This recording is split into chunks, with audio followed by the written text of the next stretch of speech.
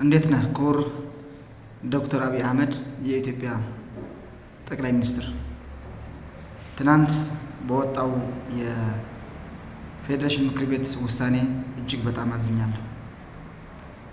እኔ የተወለድኩት ጠለምት አካባቢ ነው። አባቶቼ እናቶቼ ኦልሞስት ከሰባተኛው ስምንተኛው ትውልድ እዛ የተወለዱ ናቸው። ነገር ግን የታዘብኩት ነገር እንደ ተወላጅ እንደ ጠለምት ተወላጅ የማስተላለፈው መልእክት አለኝ፣ የማስተላለፈው ምክር አለኝ፣ እንደ ባለሙያ እንደ ተወላጅ ማለት ነው። እንደምታውቀው እኔ እንደተማርኩኝ ትግራይ ላይ ሄጄ ለውጡን ተቀብዬ ያንተን መልእክት ሳዳምጥ ያንተን ራዕይ ስከተል እጅግ በጣም ለኢትዮጵያ ለዓለም ትልቅ ተስፋ ያለው ሰው ነው ብዬ ለውጡን ተቀላቅዬ በክልል ደረጃ የስራና ፈጠራ ዋና ዳይሬክተር ሆኜ ሳገለግል ቆይቼ ከዛ ደግሞ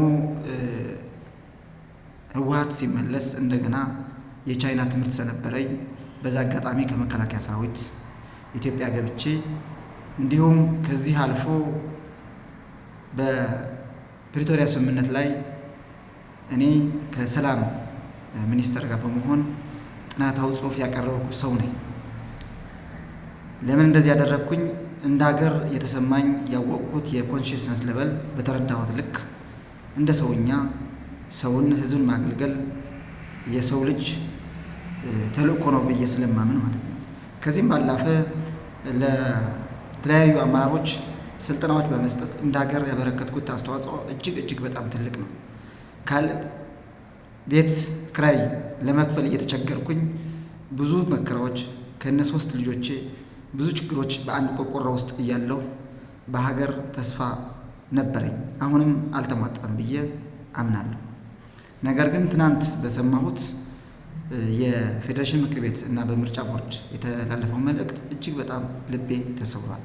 እንደ አንድ ወጣት እንደ አንድ ትልቅ ራዕይ ያለው ወጣት እንደ አንድ የተማረ ሰው እንደ አንድ የጠለምት ተወላጅ መደረግ ያልነበረበት አሁንም መሆን ያልነበረበት ብዬ የማምነው ውሳኔ ነው ማለት ነው። ለምን ካልከኝ ይሄ የአከራካሪ ቦታዎች የሚባሉት እስካሁን ይፈታሉ ብዬ ነው የማምነው እንደ እኔን እንደሚረዳኝ ማለት ነው። እስከዚህ ሰዓት መቆየት አልነበረባቸው። እንደምታውቀው የጠለምት ጉዳይ ከሁመራና ከወልቃይት እና ከደቡብ ትግራይ የምንላቸው አላማጣ፣ ኮረም የተለየ ባህሪ የተለየ ችግር ውስጥ ነው ያለው። ለ6 ዓመታት ተማሪዎች አልተማሩም። ለ6 ዓመታት ማህበራዊ ትስስር የለም። ለ6 ዓመታት ኢኮኖሚ በሙሉ ደቋል። ህዝቡ ተስፋ ቆርጧል። እዛ በጠለምት ጉዳይ ማለት ነው። እኔ አንዱን ወገን በዚህ አጋጣሚ የማስተላልፈው መልእክት አንድን ወገን ወግኜ አንድን ፓርቲ ወክዬ እየተናገርኩ አይደለም። እንደ ሰውኛ ነው የምናገረው። የመጨረሻ መልእክቴ ነው ክቡር ዶክተር አብይ አህመድ፣ እንደ ተወላጅ ጠለምት ብቻም አይደለም እንደ ሰውኛ ይህ ህዝብ ሰላም ካላገኘ ልማት ካላገኘ ለምንድን ነው ጠለምታዊ ማለት የጠለምት ሰው የሚሆነው? ለምንድን ነው አማራ የሚሆነው? ለምንድን ነው ትግራዊ የሚሆነው? ለምንድን ነው ኢትዮጵያ የሚሆነው? ለምን ኬንያዊ አይሆንም? ሰላምና ልማት የሚያመጣለት ከሆነ ይቅርና ትግራዋይና አማራ ይቅርና ኢትዮጵያዊ ለምን ሱዳናዊ አይሆንም? ለምን ኤርትራዊ አይሆንም? ምንም ችግር የለበትም።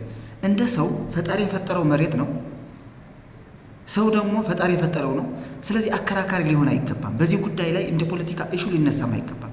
እስከዚህም ሰዓትም መቆየት አልነበረበትም ብዬ ነው ማምነው። እንደ የተማረ ወጣት ብዬ ማምነው የተረዳኝ በዚህ የአዋርነስ ሌቨል ደረጃ በዚህ የቴክኖሎጂ ሌቨል ደረጃ እንደዚህ አይነት ውሳኔዎች እኔ እንደ ደስታቸው እጅግ በጣም አሳፋሪ ነው ብዬ ነው ማምነው። ቀላል ነበረ ብዬ ነው ማምነው። እስካሁን የሚፈታ የነበረ ነገር ነው። አሁን በዚህ ሰዓት እንደ አጀንዳ ሆኖ መነሳት ያልነበረበት ጉዳይ ነው። አሁንም እኔ በአንተ ተስፋ አልቆረጥኩም ክቡር ዶክተር አብይ አህመድ፣ በፍጹም ተስፋ አልቆረጥኩም። ምናልባት ይሄ ጥፋት የአማካሪ ሊሆን ይችላል። ምናልባት አንድ ኤሊት የፈጠረው ሊሆን ይችላል። እኔ ከአማራም ከትግራይ የሚሆን ምንም ጥላቻ የለኝ።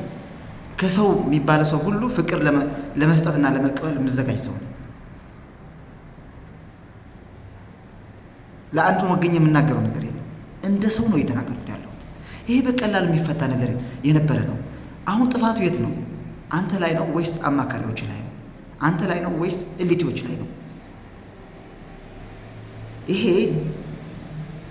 ውሳኔ ወደ ጦርነት የሚያመራ ነው ብዬ ነው የማምነው። ይህ ጦርነት ከተነሳ ደግሞ እንደኔ እንደምረዳው ሰው በአጭር ጊዜ የሚፈታ ነገር ነው ብዬ አላስብም።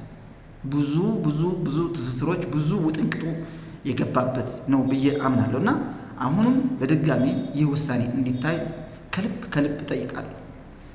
እኔ ብዙ ራዕይ አለ እንደ ሀገር ወደ ዲጂታል የመጣችበት አሁን የተጀመሩ ስራዎች በሙሉ ዓለም አቀፍ የሆኑ ስራዎች እና በዚህ ዓለም ደግሞ ኮንሽስነስ ባደገበት ኒው ኤጅ ሞመንት በመጣበት ሰዓት እንደዚህ አይነት በአንድ ሰፈር በአንድ አከራካሪ የሚባለው ሰፈር ላይ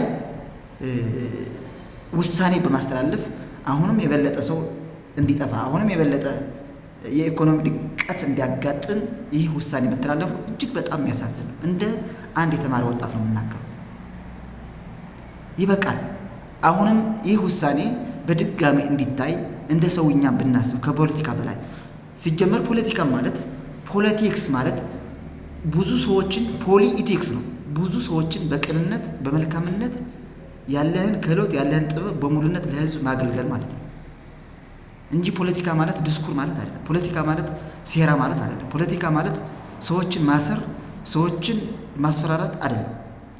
ብዙ ሰዎችን ፖለቲካ የሚረዱት በዚህ አቋም ነው ማለት ነው። ስለዚህ እንደ ፖለቲከኛም እንደ ሰውኛም በድጋሚ ይሄ ነገር እንዲታይ በትህትና እጠይቃለሁ። አሁንም ለትግራይ ህዝብ፣ ለአማራ ህዝብ፣ ለጠለምት ህዝብ፣ ለዋልቃይት ለሁመራ ህዝብ አሁንም እንደ ሰውኛ ይህን ጉዳይ እንድታዩ በትህትና እጠይቃለሁ። ሌላም አሁንም የትግራይ ኤሊቶች የምትባሉ የፖለቲካ ፓርቲዎች የምትባሉ አሁንም ሁሉም ነገር አዋየርነስ በተፈጠረበት መንገድ በኮንሽስነስ ሌቨል እንድታዩት አሁንም በትህትና እጠይቃለሁ። ሌሎች የአማራ ኤሊቶችም አሁንም የኦሮሚያ አጠቃላይ እንደ ሰውኛ የምታስቡ ጥልቅ የሆነ የኮንሽስነስ ሌቨል ያላችሁ ሰዎች ይህንን ውሳኔ ትክክል እንዳልሆነ አስባችሁ በድጋሚ እንደ መንግስትም ለጠቅላይ ሚኒስትሩ እንድታግዙት በትህትና እጠይቃለሁ። መልካም ጊዜ